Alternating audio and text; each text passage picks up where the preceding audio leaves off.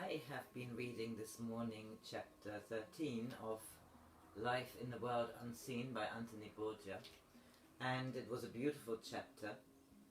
It's the second part of the book of the same name, Life in the World Unseen. The first part was Life Beyond, Beyond This Life, actually. It had 10 chapters. It's the channeling by Anthony Borgia of the person who is channeling is Monsignor Robert Hugh Benson, who lived between 1871 and 1914. So he died quite young, and he was determined to get his message through to humanity about the spirit world, what happens when you die. And this chapter is number 14 of the second part of this book. They are all uploaded on my Vimeo and YouTube. Chapter 14, The Highest Realms. I've spoken to you on a number of occasions of the higher spheres. There are two ways, and two ways only, of penetrating into those lofty states. The first is through your own spiritual development and progression. The second is by special invitation from some dweller in those regions. Any other way is barred to us by the invisible barriers of spiritual impenetrability. I would like to speak to you now about a special invitation that we received to those high realms. We were seated in one of the lower rooms of my house, from which all the beauties without could be viewed to perfection. All the beauty outside could be viewed to perfection. Across a glittering expanse of countryside could be seen the city in the distance, as clearly as though it were close by instead of some distance away. Edwin and I were chatting while Ruth was seated at the piano playing some pleasant work that seemed to blend so harmoniously, not only with our present mood, but with all our colourful environment. Ruth had never really recovered from her initial surprise when she first beheld the piano in her own home. She was an accomplished performer during her earth life, and she had since told us of the thrilling moment when she seated herself before her spirit instrument, as she called it, and struck the first chord upon it. She said that she'd never practiced, knew that she was knowing what was going to happen or what description of sound would come forth with her striking the keys. She was consequently amazed at the result of her simple action, for the tone of her spirit piano was something that she could never have imagined possible. It was so perfectly balanced and of such ringing quality. Her surprises were not ended, however. She found that her dexterity had increased 100-fold by her casting off her physical body, and that she had taken her technique with her to the spirit world. She further discovered that her hands, when applied to the instrument, just rippled along the keys without conscious effort, and that her memory was as sound as though she had the very music before her. On the present occasion, she was filled with the air of dulcet sounds, and she was filling the air with dulcet sounds, and so helping all three of us in our rest and recreation. For we had just completed a particular onerous talk during the course of our usual work. We three work together. We are still doing so at this moment of your time, and we usually take our rest and amusement together. In fact, Edwin and Ruth spend far more time in my home than they do in their own. Speaking for myself, I would not have it otherwise. Suddenly Ruth ceased playing piano and ran to the door, wondering what had caused her to stop so abruptly. Edwin and I joined her. We were much surprised to see, walking across the lawn, two striking figures of whom I had made before a mention. One was the Egyptian, who had given me such helpful advice when I was but recently arrived in the spirit lands, and who had since taken such a kindly interest in my welfare. The other was his master, who had accompanied the great celestial visitor upon that occasion in the temple in the city. The Egyptian's master was a man with jet black hair, matched in its colour by a pair of eyes that bespoke the greatest sense of humour and merriment. I subsequently learned that our guest was a Chaldean. We went forward eagerly to welcome our two new visitors, and they expressed their pleasure in thus coming to see us. We conversed happily upon various matters, and Ruth was persuaded to finish the work she had been playing when they arrived. At the finish, they voiced their appreciation of her talent, and then Chaldean broached the subject upon which they had called.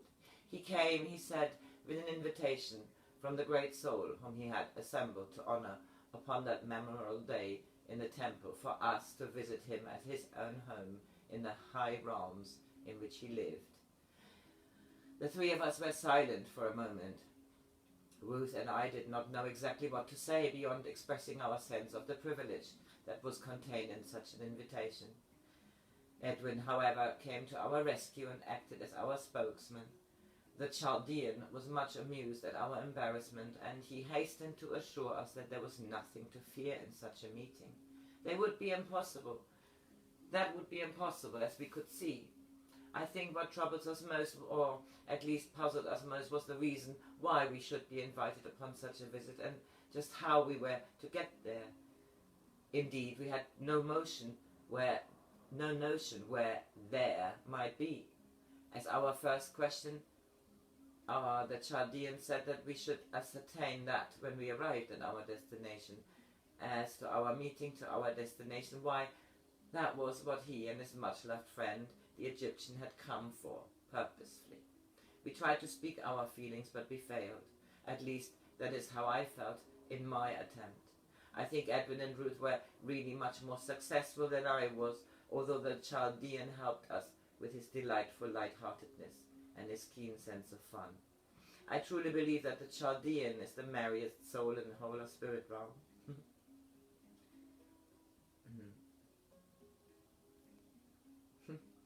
I mention this specifically because there would seem to be an idea in some minds that the higher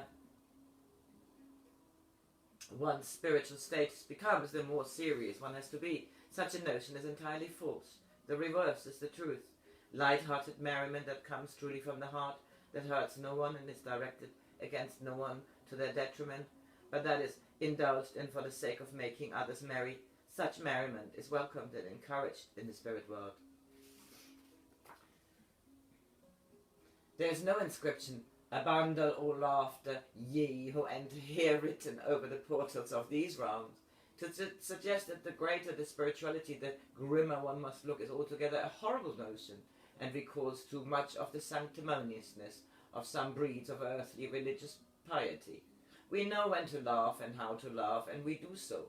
We do not like mournful countenances with no mirthfulness behind them, so that, when I tell you that our distinguished guest, the Chaldean, so elevated our minds with his gaiety, and he was very aptly assisted, one might say, aided and abetted, by the kindly Egyptian, you must know that he had lost none of the grand dignity and stateliness of his high station. And it must not be thought that it was a case of laughing at everything he said before he had hardly spoken it. We are not living in a land of make-believe. We laughed because there was genuine cause to do so. It was not the spurious laughter of dependence upon another of greater position. Edwin inquired when we were to make the journey. The Chaldean replied that he and his good friend the Egyptian had come to take us back with them now. We all were, in the dark as to the actual procedure in making such a journey, but the Chaldean soon took matters in hand by bidding us to come along, and he led us towards the boundary of our realm. As we walked through the woods and meadows, I asked the Egyptian if he could tell me anything about the great being whom we were about to visit. What he told me was very little, although I was certain that he knew very much more than he revealed. Most likely, I should not have understood had he told me all he knew, so that he, in his wisdom, withheld further information. This, then, is what he told me. The illustrious personage towards whose home in the high realms we were making our way was known by sight to every soul in the realms of light. His wish was always treated as a command, and his word was law. The blue, white, and gold in his robe, evident in such enormous proportion, revealed the stupendous degree of his knowledge, spirituality and wisdom. There were thousands who named him as their beloved master, the principal among whom being the Chaldean, who was his right hand. As to his special function, He was the ruler of all the realms of the spirit world, and he exercised collectively that function with a particular ruler of a realm exercises individually. All other rulers therefore were responsible to him, and he, as it were, united the realms and welded them into one, making them one vast universe, created and upheld by the great Father of all. To attempt to define the immense magnitude of his powers in the spirit world would be to essay the impossible. Even were it possible, understanding would fail. Such powers have no counterpart, no comparison even with any administrative power upon the earth plane.